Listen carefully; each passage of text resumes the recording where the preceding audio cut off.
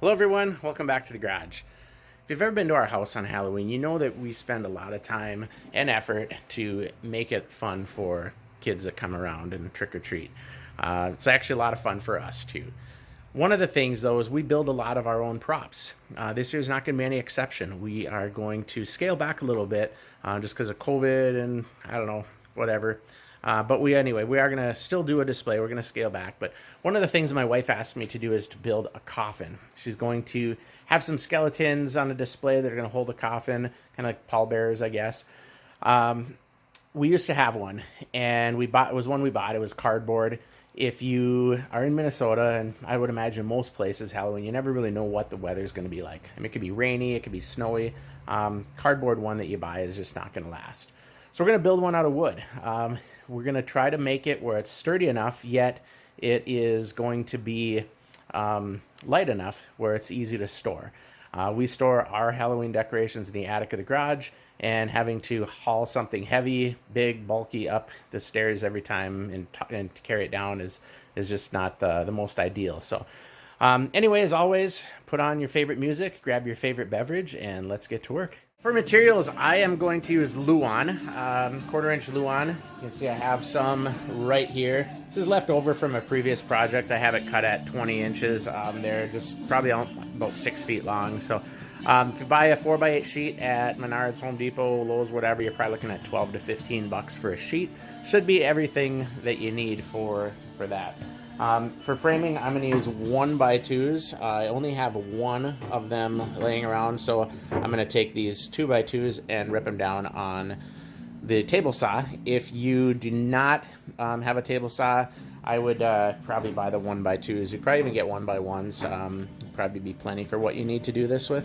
You know, it's not going to be too heavy, or we're not going to be holding any weight inside ours. But I'm either going to use an air nailer or stapler. May end up using a staple. I think it might hold a little better. 1-inch nails or staples, and I might add in glue when I glue the actual coffin walls to the framing. When I do use glue, right here, this stuff is what I like, the Type Bond 3. Good for outdoor and indoor props. Anyway, next step we're going to do is we are going to lay out the design that you want on your coffin and get cutting.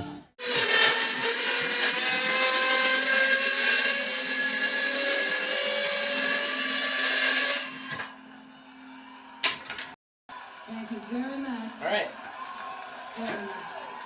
We have the first piece cut. Got that right there. I was going to go 5 feet. I just decided to keep this where it was at, wherever it was at, a little under 6 feet. Now I'm going to just lay this on this other piece, draw it out, and make a new cut.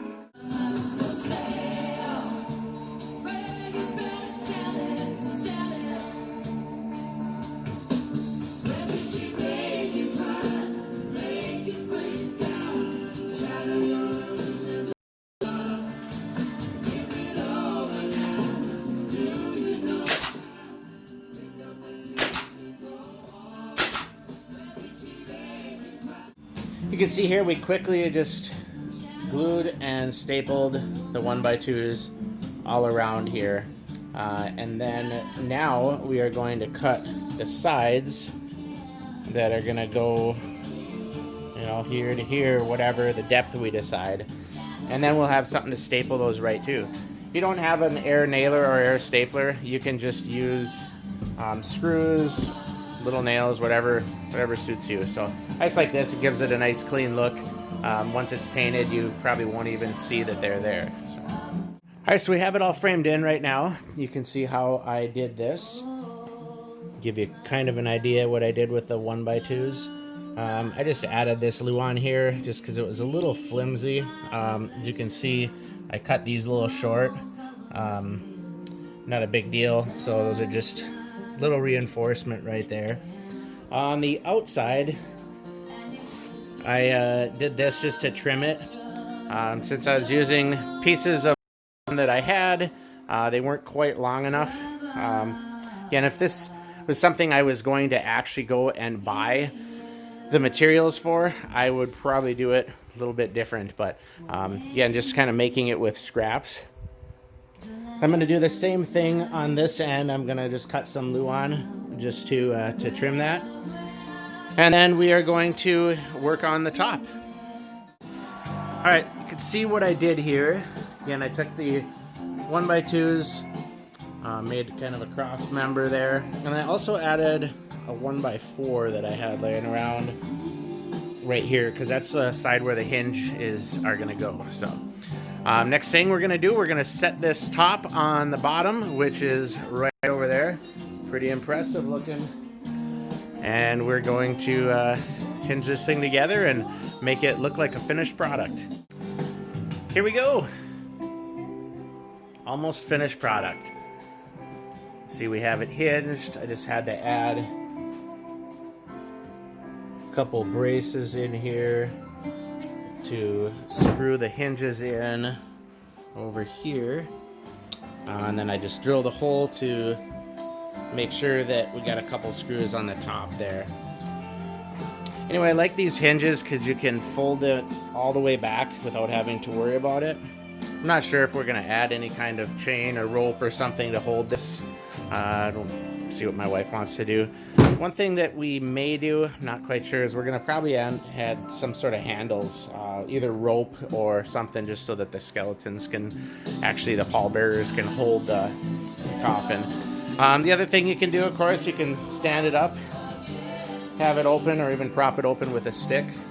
All sorts of cool, endless opportunities here. If I was going to do it again, I'd probably do it a little bit differently. I would probably actually do it it'd be a little heavier, but I'd probably do it at like 1x4s or 1x6s or something. I think then you could decorate it, kind of beat it up a little bit, make it look a little more authentic. But for a Halloween prop, I think this is gonna work just fine.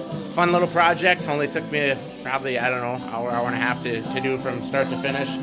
Didn't cost me anything, just using scrap pieces of wood and other stuff that I had laying around. So anyway, everyone, enjoy the rest of your night and have a happy Halloween.